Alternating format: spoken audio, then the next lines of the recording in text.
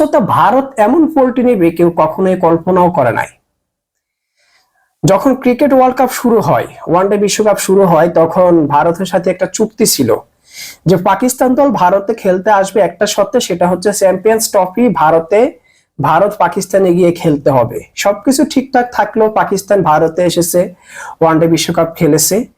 খেলার পরে যখন চ্যাম্পিয়ন্স ট্রফি অনুষ্ঠিত হবে আপনার পাকিস্তান, তারা নিজেরাই চ্যাম্পিয়ন্স ট্রফি আয়োজন করবে, তাদের ভাগ্যেই পড়েছে। চ্যাম্পিয়ন্স ট্রফি আয়োজনকে কেন্দ্র করে এবার ভারত নতুন মোড় নিয়েছে যে তারা চ্যাম্পিয়ন্স ট্রফি পাকিস্তানে খেলতে যাবে না। সেখানে নানা দিক বিদিক থেকে তাদেরকে অনুরোধ করা হলো, ভারত কোনোভাবে রাজি হচ্ছে না। আগামী বছর চ্যাম্পিয়ন্স ট্রফি হওয়ার কথা পাকিস্তানে, সেই টুর্নামেন্টে খেলতে প্রতিবেশীদের ঘরে যেতে রাজি নয় ভারত। ক্রিকেট বিশ্বের প্রভাবশালী দেশ ভারত বেঁকে বসায় হাইব্রিড মডেল চ্যাম্পিয়ন্স ট্রফি আয়োজনের কথা ভাবছে বিশ্ব ক্রিকেটের নিয়ন্ত্রক সংস্থা আইসিসি। যেহেতু ভারত খেলতে যাবে না চ্যাম্পিয়ন্স ট্রফি পাকিস্তানে, তাই ভারতকে বাদ দিয়ে হাইব্রিড ট্রফি খেলার পরিকল্পনা করছেন ভারত।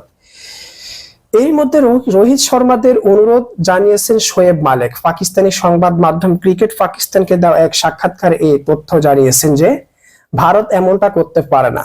তাদের শর্ত অনুযায়ী আমরা তাদের দেশে খেলতে গিয়েছি, তাহলে তাদের আসতে সমস্যা কোথায়?